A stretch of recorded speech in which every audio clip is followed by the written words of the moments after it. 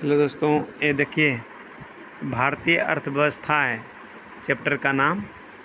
ठीक है, तो देखिए भारतीय अर्थव्यवस्था में क्वेश्चन अगर हम करते हैं चर्चा तो भारतीय अर्थव्यवस्था में क्वेश्चन आ जाता है कि इसका डिटेल्स क्या है कि यहाँ से जब हम किसी देश को उसकी समस्त आर्थिक क्रियाओं के संदर्भ में परिभाषित करते हैं तो उसे उस देश की अर्थव्यवस्था कहते हैं।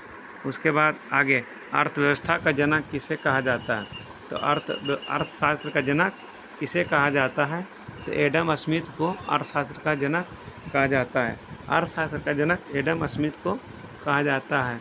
अर्थव्यवस्था की छोटी आर्थिक इकाइयों का अध्ययन अर्थशास्त्र की किस शाखा के अंतर्गत किया जाता है, तो व्यष्टि अर्थशास्त्र के अंतर्गत किया जाता है।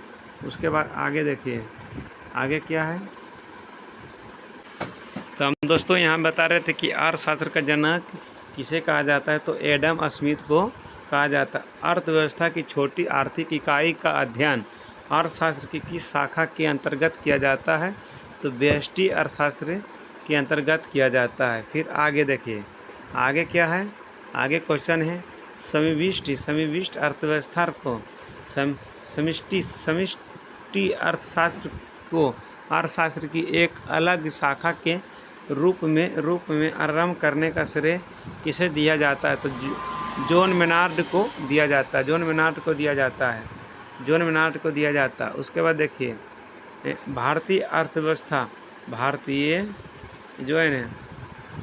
अर्थव्यवस्था किस प्रकार की अर्थव्यवस्था मानी जाती है, तो विकासशील अर्थव्यवस्था, यानी जो प्रगति की ओर जा रही है उसी को हम कहते हैं विकासशील, और जो प्रगति कर चुकी है उसको कहते हैं विकसित। तो भारत अभी विकासशील में, विकसित में नहीं है। भारतीय अर्थव्यवस्था की मुख्य विशेषता क्या है, भारतीय अर्थव्यवस्था की मुख्य विशेषता कृषि की प्रधानता, प्रति व्यक्ति न्यूनतम आय तथा बढ़ती बेरोजगारी है। उसके बाद देखिए क्या है, यहाँ पे है कि भारत की अर्थव्यवस्था मिश्रित अर्थव्यवस्था है जिसमें सार्वजनिक एवं निजी क्षेत्र मिलजुल कर कार्य करते हैं। सार्वजनिक और निजी यानी सरकारी और प्राइवेट दोनों मिलजुल के कार्य करती है। इस अर्थव्यवस्था में पूंजीवादी एवं समाजवादी दोनों अर्थव्यवस्था की विशेषताएं पाई जाती है। मिश्रित अर्थव्यवस्था की अभी आगे नया क्वेश्चन में क्या कि मिश्रित अर्थव्यवस्था की संकल्पना किस अर्थशास्त्री के विचारों से प्रेरित है, तो जॉन मेनार्ड कीन्स की बंद अर्थव्यवस्था से क्या आशा है, आयात निर्यात गतिविधि ना होना। उसके बाद देखिए यहाँ है कि अर्थव्यवस्था के क्षेत्र, तो अर्थव्यवस्था के कितने क्षेत्रों में बांटा गया, तो 3 क्षेत्रों में अर्थव्यवस्था को बांटा गया, तो प्राथमिक क्षेत्र, द्वितीय क्षेत्र, तृतीय क्षेत्र। प्राथमिक में क्या आता है दोस्त, तो कृषि एवं कृषि से संबंध गतिविधियाँ। फिर देखिए द्वितीय में औद्योगिक क्षेत्र, तृतीय में सेवा क्षेत्र। तो इस तरह से 3 होगा। फिर देखिए प्राथमिक में अगर उदाहरण की बात की जाए तो कृषि हो जाएगा, वानिकी हो जाएगा, मत्स्य जिसको मछली कहते हैं, खनन उत्खनन, यानी मान लीजिए इसको हम कह सकते हैं जीवित एक तरह से। और दूसरा में निर्माण, विनिर्माण, विद्युत, गैस, सब चीज़ें जो नेचुरली मतलब उसको हम निर्माण कर रहे हैं।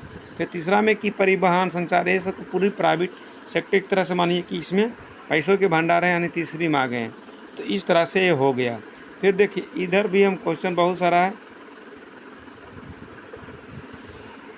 बोल रहा है कि संयुक्त है, क्या बोल रहा है दोस्त, कि संयुक्त क्षेत्र की अवधारणा किन क्षेत्रों के संबंध को दर्शाती है, निजी व सार्वजनिक क्षेत्र को दर्शाती है। अर्थव्यवस्था में उच्च स्तरीय निर्णय लेने वाले संस्थानों को किस क्षेत्र के अंतर्गत शामिल किया जाता है, तो पंचम क्षेत्र के अंतर्गत शामिल किया जाता है।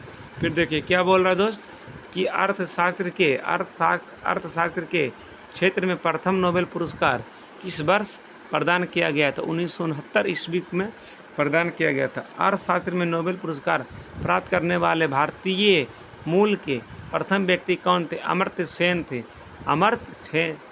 थे। उसके बाद देखिए अर्थशास्त्र का नोबेल प्राप्त करने वाले जीत बनर्जी भारतीय मूल के दूसरे व्यक्ति हैं जिन्हें पुरस्कार 2019 में उनकी पत्नी एस्थर डुप्ले तथा अमेरिकी मूल की माइकल क्रेमर के साथ संयुक्त रूप से वैश्विक गरीबी उन्मूलन में प्रयोगात्मक दृष्टिकोण हेतु दिया गया। राष्ट्रीय आय और प्रति व्यक्ति आय।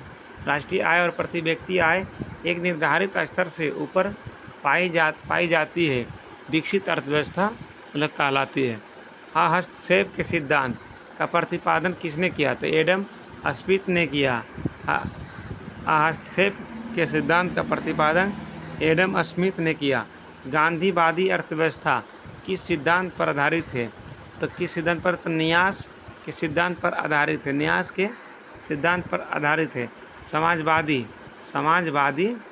समाजवादी अर्थव्यवस्था का जनक किसे कहा जाता है?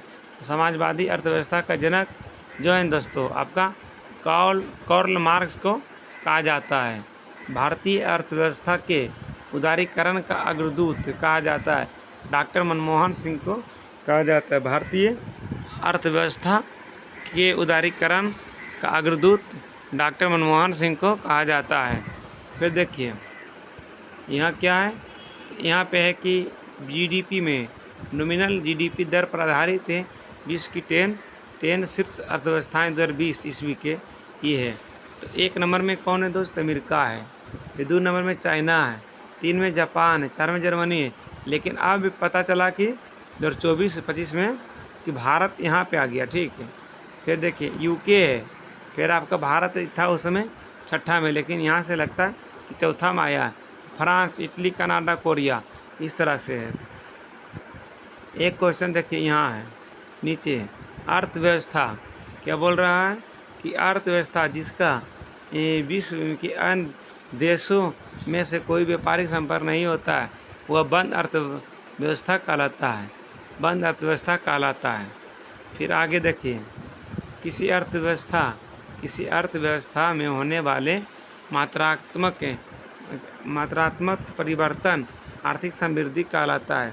प्रति व्यक्ति समग्र उत्पादन व प्रति व्यक्ति भौतिकी पूंजी वृद्धि क्या दर्शाती? तो आर्थिक समृद्धि को यदि किसी देश में पूंजी निर्माण हो रहा है तो उसकी अर्थव्यवस्था पर क्या प्रभाव पड़ेगा? आर्थिक समृद्धि अनिवार्य रूप से वृद्धि होगा। जब निर्माण होगा तो वृद्धि होवे करेगा। बिहार में कुछ निर्माण होता तो बिहार की अर्थव्यवस्था मजबूत हो जाती।